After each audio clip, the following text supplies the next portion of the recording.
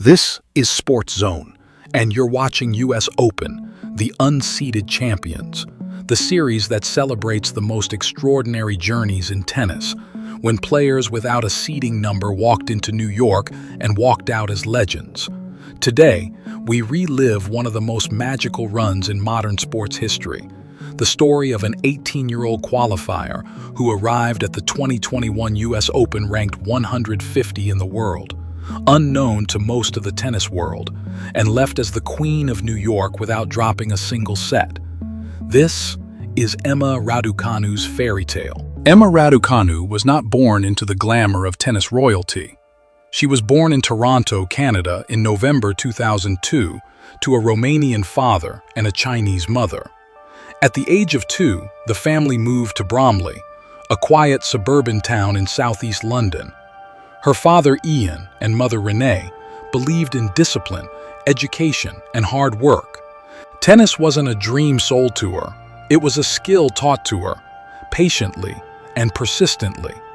She was an only child, and perhaps because of that, Emma was used to keeping herself entertained, spending long hours on the court without needing much external encouragement. From the very start, Emma displayed two qualities that would define her career: technical precision and unshakable mental calm. She didn't rage when things went wrong, nor did she celebrate wildly when she won. Her game was about clarity, structure, and focus. But as much as she loved tennis, her parents also insisted she focus on school. Emma wasn't just a talented athlete. She excelled academically, earning top marks in math and economics. She was not the type to live solely in the tennis bubble, and in a strange way that balance would later become one of her superpowers.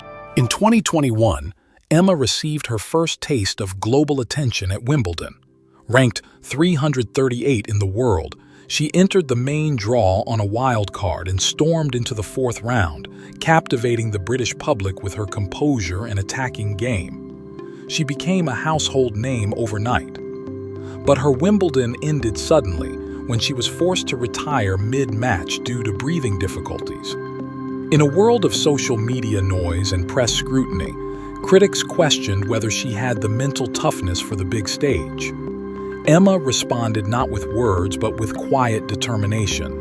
She took time off to train harder, work on her fitness, and prepare for the grueling American summer hard court season. By the time she landed in New York for the US Open, she was ranked number 150 in the world. She was not seeded.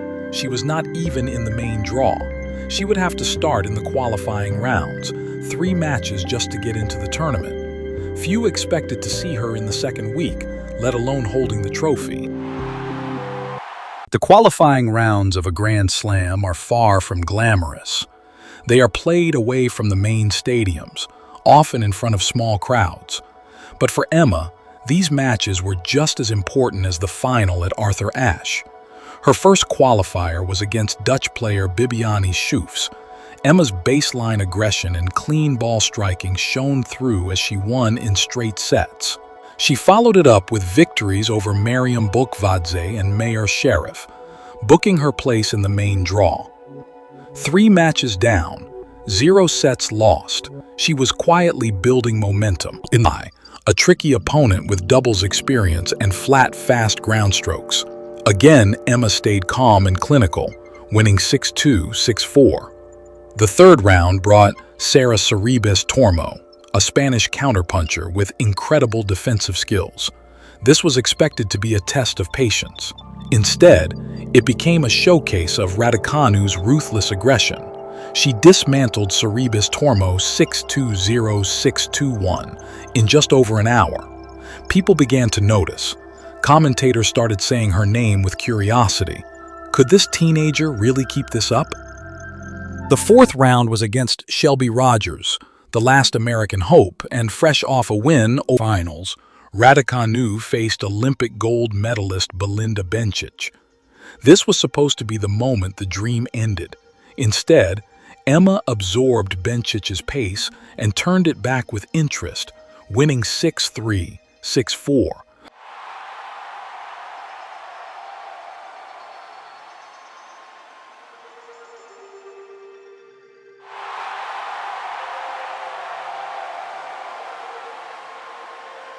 The semi-final brought Maria Sakkari, the Greek powerhouse who had dismantled former champions. The match wasn't even close. Raducanu dominated 6-1, 6. On September 11, 2021, Emma Raducanu walked into Arthur Ashe Stadium to face 19-year-old Leylah Fernandez in the first all-teen U.S. Open women's final since 1999. It was a match of beauty and bravery. Raducanu's relentless precision met. Emma took the first set, 6-4, and was leading 5-3 in the second when she slid and scraped her knee. Play stopped for a medical timeout. Under immense pressure, with the crowd restless, she returned to serve out the match, 6-4, 6-3. Emma Raducanu's victory was more than a sports story. It was a fairy tale. No qualifier had ever won a Grand Slam before. No player, man or woman, had won a major in so few matches at the top level. She became a global superstar overnight, signing endorsements, appearing on magazine covers, and inspiring a generation of young players. But for those who followed her journey closely, the magic was not in the numbers. It was in the way she carried herself. Calm, unflappable, poised beyond her years. Emma Raducanu didn't just win the U.S. Open. She redefined what was possible. That's from a qualifier to a queen. Emma Raducanu's journey was a fairy tale written on hard courts under the New York lights. In our next episode of U.S. Open, the Unseeded Champions, we turn the page to another remarkable story. A mother who came out of retirement to conquer New York in 2009. Join us as we relive the comeback of Kim Clijsters.